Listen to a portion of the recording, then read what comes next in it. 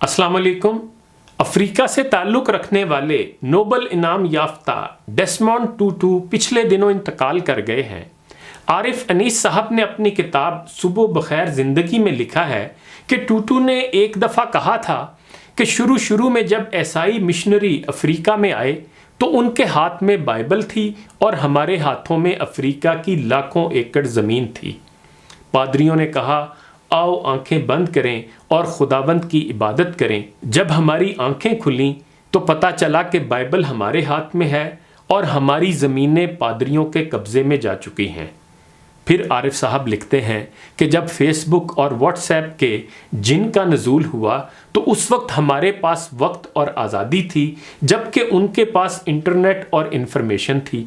हमें बताया गया कि सब कुछ मुफ्त है। हमने आंखें बंद की और जब खुली तो मालूम हुआ कि हमारा वक्त और आज़ादी दोनों छीन चुके हैं। हम में से अक्सर चुगत लोगों के हाथ में स्मार्टफोन मौजूद है और ये कई एतबार से हमसे ज़्यादा सियाना है कि इसने बहुत कुछ खाया पिया हुआ है। मिसाल के तौर पर इसने हाथ की घड़ी खाई, टॉर्च लाइट खा गया, ये ख़त खा गया, किताबत खा गया, ये किताब खा गया, ये रेडियो खा गया, टेप रिकॉर्ड खा गया, कैमरे को खा गया, कैलकुलेटर को निगल गया, ये पड़ोस की दोस्ती, मेल, मोहब्बत, हमारा सुकून, ताल्लुकात, याददाश्त, नींद, तवज्जो और इर्तिकाज़ डकार गया। कमबख्त इतना सब कुछ खाकर स्मार्टफोन बना हुआ है। बदलती दुनिया का ऐसा असर होने लगा है कि इंसान पागल और फ़ोन स्मार्ट हो गया है। जब तक फ़ोन तार से जुड़ा था इंसान आज़ाद था, जब फ़ोन आज़ाद हो गया इंसान फ़ोन से बंध गया। देखा जाए तो उंगलियां ही आजकल रिश्ते निभा रही हैं, ज़ुबान से निभाने का वक्त कहाँ है। अगर हम अपने इर्द गिर्द देखें तो सब टच में बिजी हैं पर टच में कोई नहीं है। आरिफ अनीस साहब ने दुनिया के ज़हीन तरीन और नामवर अफराद में से एक टोनी ब्यूजन के साथ अपनी पहली मुलाकात का दिलचस्प अहवाल भी बयान किया है। वो लिखते हैं कि टोनी तख्लीकी मामलात और इंसानी दिमाग के इस्तेमाल पर दुनिया भर में माहिर माना जाता है। उसकी 150 से ज़्यादा किताबें 50 से ज़्यादा ज़ुबानों में तर्जुमा हो चुकी हैं। उसकी ईजाद करदा तकनीक माइंड मैपिंग दुनिया भर में करोड़ों अफराद इस्तेमाल करते हैं, जिनमें दर्जनों मुल्कों के सरबराहाने ममलकत भी शामिल हैं। आरिफ साहब कहते हैं कि मैं टोनी को पाकिस्तान आने की दावत देने के लिए पहुंचा था और मुझे मालूम नहीं था कि आज मैं उससे बहुत कीमती सबक हासिल करके जाऊंगा। आधे घंटे में मेरा फ़ोन 4 दफ़ा बजा और मुझे एक्सक्यूज़ मी कहकर कॉल सुनना पड़ी। 5वीं दफ़ा फ़ोन बजा तो टोनी ने मेज़ पर ज़ोर से मुक्का मारा और घर्राते हुए कहा, shut up, now you are insulting me. मैंने सकते के आलम में उसे देखा और अगले 10 मिनट में टोनी ने मुझे कम्युनिकेशन के आदाब पर सैर हासिल लेक्चर दे मारा।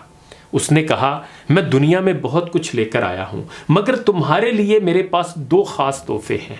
एक मेरा वक्त और दूसरा मेरी तवज्जो। जो वक्त मेरा तुम्हारे साथ बीतेगा, दुनिया की कोई ताकत और ज़रो जवाहर वो वक्त वापस नहीं लौटा सकते। ताहम इस वक्त में अगर मैं तुम्हारी तरफ मुतवज्जो नहीं हूँ तो मैं तुम्हारी तौहीन कर रहा हूँ। अगर मैं फ़ोन सुनता हूँ तो तुम्हें बता रहा हूँ कि फ़ोन पर मौजूद शख्स तुमसे ज़्यादा अहम है। और याद रखो, किसी मुलाकात में फ़ोन मेज़ पर सामने रखना एक तरह से अपने जिनसी एज़ा नुमाइश के लिए रखने के मुतरादिफ है। और हाँ, अगर तुम मालूम करना चाहते हो कि तुम ज़िंदगी में कितने कामयाब और कामरान हो तो इसका एक दिलचस्प टेस्ट ये होगा कि तुम कितना अरसा फ़ोन बंद रख सकते हो या इसको सुनने से इनकार कर सकते हो। हासिले गुफ्तगू ये है प्यारे बहन भाइयों, आज अपना फ़ोन बंद करके ये छोटा सा तजुर्बा कर लें कि आप कितने कामयाब हैं और वक्त अपनी मर्ज़ी से इस्तेमाल करने पर कितने कादिर हैं। आइए राब्ता नहीं ताल्लुक़ इस्तवार करें।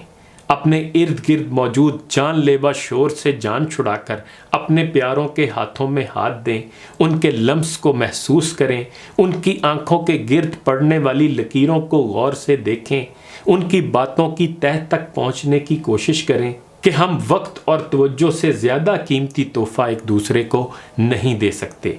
वक्त लाले नाब है, कदर कीजिए, नए साल में कुछ नया कीजिए। और इब्ने इंशा के इस शेर के साथ इजाज़त चाहूँगा, एक साल गया, एक साल नया है आने को, پر وقت کا اب بھی ہوش نہیں دیوانے کو۔ انہی گزارشات کے ساتھ اجازت چاہوں گا، اپنا خیال رکھیے گا، اللہ حافظ۔